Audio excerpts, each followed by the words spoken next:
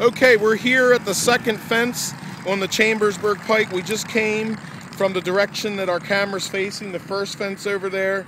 We're starting to see men being wounded, falling back across the street.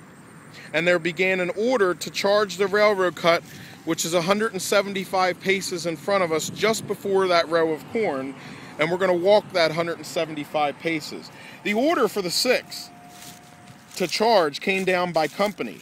The color guard and those companies adjacent to it stepping off first. As each company put a bit of distance between themselves and the one that was adjacent to it, the next one would step off in echelon to the one before it, causing the entire regiment to charge in a V formation. The color guard at the point, with dolls among them, and the brigade guard companies on the flanks. Men continued to fall in this area and then would struggle to the rear. Now, according to Dawes, the firing from the railroad cut was fearful and destructive, an unbroken roar before us. Men were being shot by the 20s and 30s and breaking ranks by falling or running. But the boys crowded in right and left toward the colors, and it continued forward.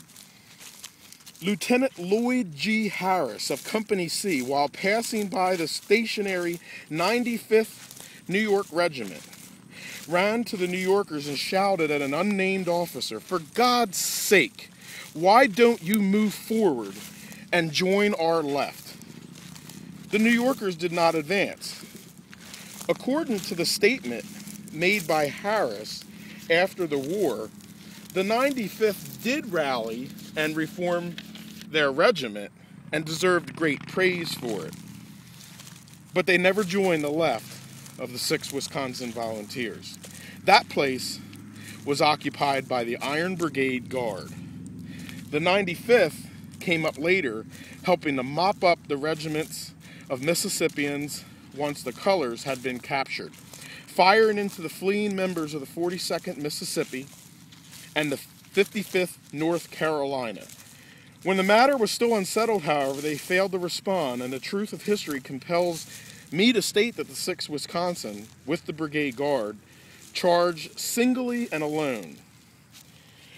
Dawes, in a position now directly behind the color guard, only gave one command throughout this 175-pace charge, yelling, "A line on the colors, close up on the colors." He shouted this order incessantly, and the men obeyed it by closing the gaps and moving toward the color guard. On they ran through the hailstorm of gunfire, shot, and shell, each man expecting his next step to be his last. The men in the color guard dropping one after another until Dawes himself grabbed the staff, only to be shouldered by the last remaining man of the guard. They reached the edge of the railroad cut, and the gunfire increased, with so many men on both sides holding their fire until this moment, then pouring it on point-blank range into the man in front of them. The rebels in the cut, belonging to the 2nd Mississippi Regiment, were mostly planters and farmers from Tishomingo, Tippah, and Itawamba and Potomac counties.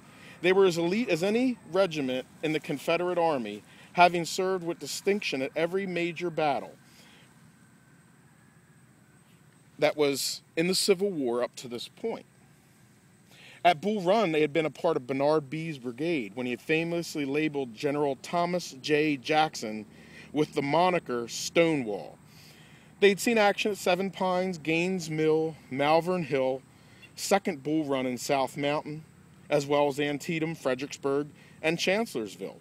And although today they would not be a good day for that regiment, the 2nd Mississippi would continue to fight on, serving the Confederacy by fighting at Falling Waters, Bristow Station, the Wilderness, Spotsylvania Courthouse, beside a church, Weldon Railroad, and other battles as well.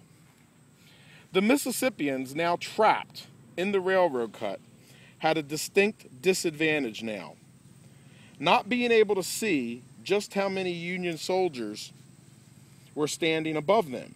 The cut, sometimes as wide as 15 or 20 feet, was more than 6 feet deep in places, which explains why the regiment hadn't been able to fire cohesive volleys at the charging Wisconsinites. The rebels needing to climb the sides of the cut just to see over the edge. All along the line there was firing and the sounds of bayonets clanking. To the left, Dawes, the colors of the 2nd Mississippi, flew defiantly above the cut, drawing a great amount of attention from the boys of the 6th.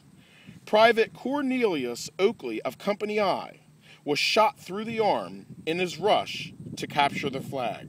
Corporal Lewis Eggleston of Company H was shot and mortally wounded in the attempt to seize it.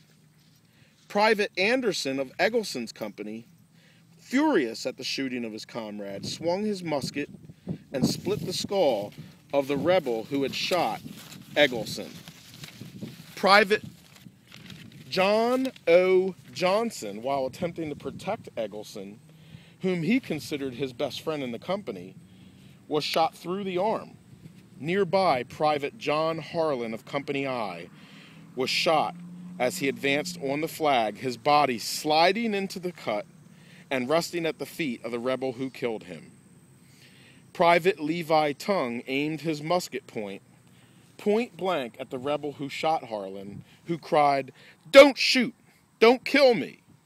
Tongue responded, "All hell can't save you now," and pulled the trigger. Meanwhile, Dawes was staring into the cut, searching it for the rebel commander. "Where is the colonel of this regiment?" he shouted. Major John Blair of the 2nd Mississippi responded, "Here I am. Who are you?" Dawes, entering the cut now, much to the disdain of his men who worried for his safety, pushed past several rebels who were still armed with loaded muskets. He said, "I command this regiment. Surrender or I will fire." Major Blair said nothing, but instead promptly handed his sword to Dawes, causing the rebels in the general vicinity to drop their muskets, their officers surrendering their swords and pistols to the officers of the 6th Wisconsin. This has been the 6th Wisconsin at Gettysburg, a line on the colors, close up on the colors, part 4 on Gettysburg Battlefield Facebook.